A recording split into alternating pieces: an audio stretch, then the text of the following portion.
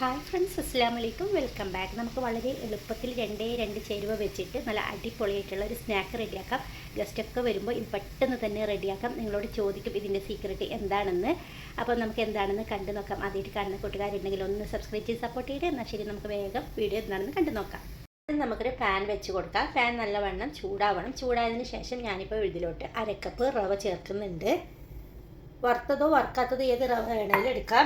അപ്പോൾ ഇത് വറുക്കാത്ത റവയാണ്. ഇതിനെ നമുക്ക് ചൂടാക്കി എടുക്കണം. അധികം കളറൊന്നും മാറാതെ നല്ലൊരു മണം വരുന്നില്ല, അതുവരെ നമുക്കിതൊന്ന് വറുത്തെടുക്കണം.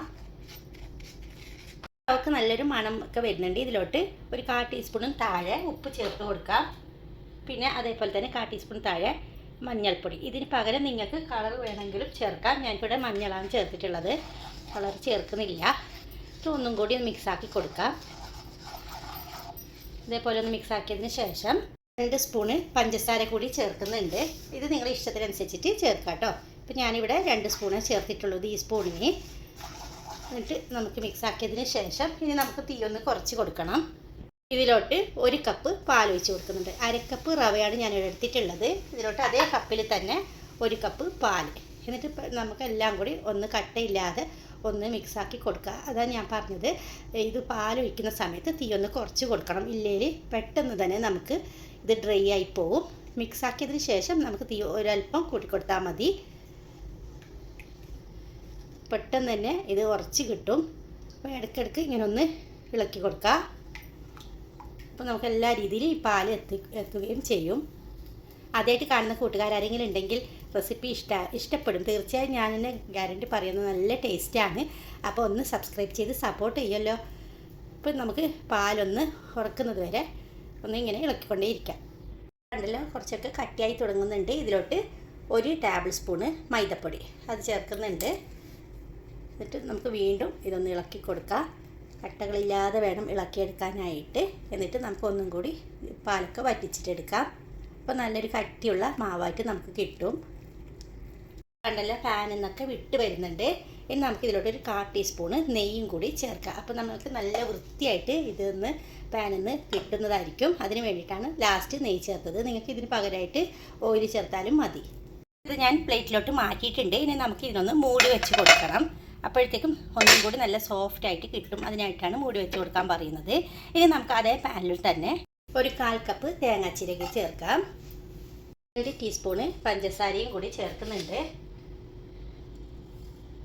ഇനി നമുക്ക് ഇതിലോട്ട് ആവശ്യമുള്ളത് 2 ടീസ്പൂണ് പാൽപ്പൊടി. പാൽപ്പൊടി കയ്യിലില്ലെങ്കിൽ ഇതിന് പകരമായിട്ട് പാൽ ചേർത്താലും മതി. ഒരു 1/4 കപ്പിൽ കുറച്ച് താഴെ പാൽ കൂടി ചേർത്താലും മതി കേട്ടോ. ഇനി നമുക്കിതിലോട്ട് 1 കപ്പിൽ കുറച്ച് താഴെ വെള്ളം കൂടി ചേർക്കുന്നുണ്ട്. എല്ലാം കൂടി ഒന്ന് മിക്സാക്കി എടുക്കാം.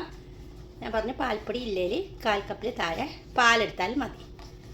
എന്നിട്ട് നമുക്ക് ഈ തേങ്ങയും പഞ്ചസാരയെല്ലാം നല്ല രീതിയിൽ ഒന്ന് മെൽട്ടായിട്ട് കുറച്ച് കട്ടിയായി തുടങ്ങും. അതുവരെ നമുക്കിങ്ങനെ ഒന്ന് ഇടയ്ക്കിടയ്ക്ക് ഇളക്കിക്കൊണ്ടിരിക്കുക. അപ്പോൾ കണ്ടല്ലോ, ഇങ്ങനെ ബബിൾസൊക്കെ വന്നിട്ട് തിളക്കാൻ തുടങ്ങുന്നുണ്ട്.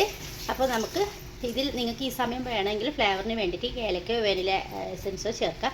ഞാനിപ്പോൾ ഇതൊന്നും ചേർക്കുന്നില്ല. പാൽപ്പൊടി നല്ലൊരു ഫ്ലേവർ ഉണ്ട്. ഇത് നമുക്കൊന്നും കൂടി വറ്റി തുടങ്ങുമ്പോൾ ഇതിൻ്റെ തീ ഓഫ് ചെയ്യാം. അപ്പോൾ അങ്ങനെ നമ്മുടെ കോക്കനട്ട് റെഡി ആയിട്ടുണ്ട്. ഇത്രയും ഡ്രൈ ആയിട്ട് വരണം കേട്ടോ. ഇനി നമുക്കിതവിടെ മാറ്റി വെക്കാം. ഇനി നമ്മുടെ റവ എന്തായെന്ന് നോക്കാം. നല്ല സോഫ്റ്റായിട്ട് വന്നിട്ടുണ്ട്. ഇനി കൈ കൊണ്ട് ഒന്നും കൂടി മിക്സാക്കി കൊടുക്കുക. ഞാനിപ്പോൾ ഒരു കയ്യിൽ ഒരല്പം എണ്ണാക്കിയിട്ട് വരാം, അല്ലെങ്കിൽ ഒട്ടിപ്പിടിക്കാൻ കുറച്ച് സാധ്യതയുണ്ട്. വളരെ കുറച്ചാണ് ഓയിലാക്കിയിട്ടുള്ളത്. നമുക്ക് ഇതിൽ നിന്ന് ബോളാക്കി മാറ്റണം. അങ്ങനെ എനിക്ക് 7 ബോളാക്കി കിട്ടിയിട്ടുണ്ട്. ഇനി നമുക്കിതിനെ കൈ വെച്ചിട്ട് ഒന്ന് ഇതേപോലെ ഒന്ന് പ്രസ്സാക്കി കൊടുക്കുക. എന്നിട്ട് നമുക്ക് ഈ ഫില്ലിംഗ് ഉണ്ടല്ലോ നേരത്തെ തയ്യാറാക്കി വെച്ചിട്ടുള്ള കോക്കനട്ടിൻ്റെ, അത് നമുക്ക് ഇങ്ങനെ ഒന്ന് നീളത്തിൽ വെച്ച് കൊടുത്തിട്ട് ഇങ്ങനെ ഒന്ന് ക്ലോസ് ചെയ്തെടുക്കുക. പുറത്ത് വരാത്ത രീതിയിൽ വേണം ഒന്ന് വെച്ച് കൊടുക്കാനായിട്ട്. എന്നിട്ട് ഇങ്ങനെ ഒന്ന് ആക്കി കൊടുത്താൽ ഈ ഷേപ്പ് നമുക്ക് കിട്ടും. ഈ ഷേപ്പ് തന്നെ വേണമെന്നില്ല, നിങ്ങൾ ഇഷ്ടമുള്ള ഷേപ്പ് ആക്കിയാലും മതി. ക്രാക്കൊക്കെ ഉണ്ടെങ്കിൽ കൈ വെച്ചിട്ട് ഇങ്ങനെ ആക്കി കൊടുത്താൽ അങ്ങനെ എല്ലാം ഇതേപോലെ ആദ്യം ആക്കിയെടുക്കാം. എന്നിട്ട് നമുക്ക് ഒരു കാര്യം കൂടി ചെയ്യാനുണ്ട്. ഞാനിത് ഫുള്ളായിട്ട് ഇങ്ങനെ ഒന്ന് ഉണ്ടാക്കിയിട്ട് വരാം. ഇതെല്ലാം ഞാനിങ്ങനെ ഫിൽ ചെയ്തെടുത്തിട്ടുണ്ട്. ഇനി നമുക്ക് ആവശ്യമുള്ളത് സേമയാണ്, റോസ്റ്റഡ് സേമയാണ് ഞാൻ എടുത്തിട്ടുള്ളത്. നിങ്ങളുടെ കയ്യിൽ റോസ്റ്റഡ് ഇല്ലെങ്കിൽ ഒന്ന് റോസ്റ്റ് ആക്കിയിട്ട് എടുത്താലും മതി. എന്നിട്ട് നമുക്ക് കൈവച്ചിട്ട് ഇതൊന്നും കൂടി പൊടിച്ചെടുക്കാം. പൊടിച്ചെടുത്തിട്ടുണ്ട്. ഇനി നമുക്ക് ഇത് ഓരോന്നായിട്ട് ഇങ്ങനെ ഒന്ന് റോൾ ചെയ്തെടുത്താൽ മതി. അപ്പോഴത്തേക്കും ഇതിലോട്ട് ഒന്ന് ഒട്ടിപ്പിടിച്ച് കൊടുക്കും. പിന്നെ നിങ്ങളിത് കൂടുതൽ ഇത് ഡ്രൈ ആണെങ്കിൽ ഒരല്പം കയ്യിൽ വെള്ളമാക്കിയിട്ട് ഇങ്ങനെ ഒന്നാക്കി കൊടുത്താൽ മതി. അപ്പോഴത്തേക്കും ഈ സേമയെല്ലാം ഒന്ന് ഒട്ടിപ്പിടിച്ച് വയ്ക്കും. ഇതിലേക്ക് എല്ലാം കൂടി ഇതേപോലെ ഒന്ന് ചെയ്തെടുക്കാം. അപ്പോൾ അങ്ങനെയെല്ലാം ഞാൻ സേമയിൽ പെരക്കി എടുത്തിട്ടുണ്ട്. ഇനി നമുക്കൊരു 3 ടേബിൾ സ്പൂണ് ഓയിൽ ചൂടാക്കാൻ വെക്കണം. അപ്പോൾ ഇതാ ഓയിലെല്ലാം ഒന്ന് ചൂടായിട്ട് വരുന്നുണ്ട്. ഇനി നമുക്ക് ഇത് ഓരോന്നായിട്ട് ഇതിലോട്ട് ഒന്ന് ഇട്ട് കൊടുക്കാം. മീഡിയം ഫ്ലെയിമിൽ തന്നെ വെച്ച് കൊടുത്താൽ മതി കേട്ടോ. നമുക്ക് ഒരു സൈഡ് ഗോൾഡൻ കളറാവുന്നതിന് വെയിറ്റ് ചെയ്യുക. അതിനുശേഷം ഇങ്ങനെ ഒന്ന് തിരിച്ചിട്ട് കൊടുത്തിട്ട് എല്ലാ സൈഡും ഒരേപോലെ ഒന്ന് കളറാക്കി എടുക്കാം.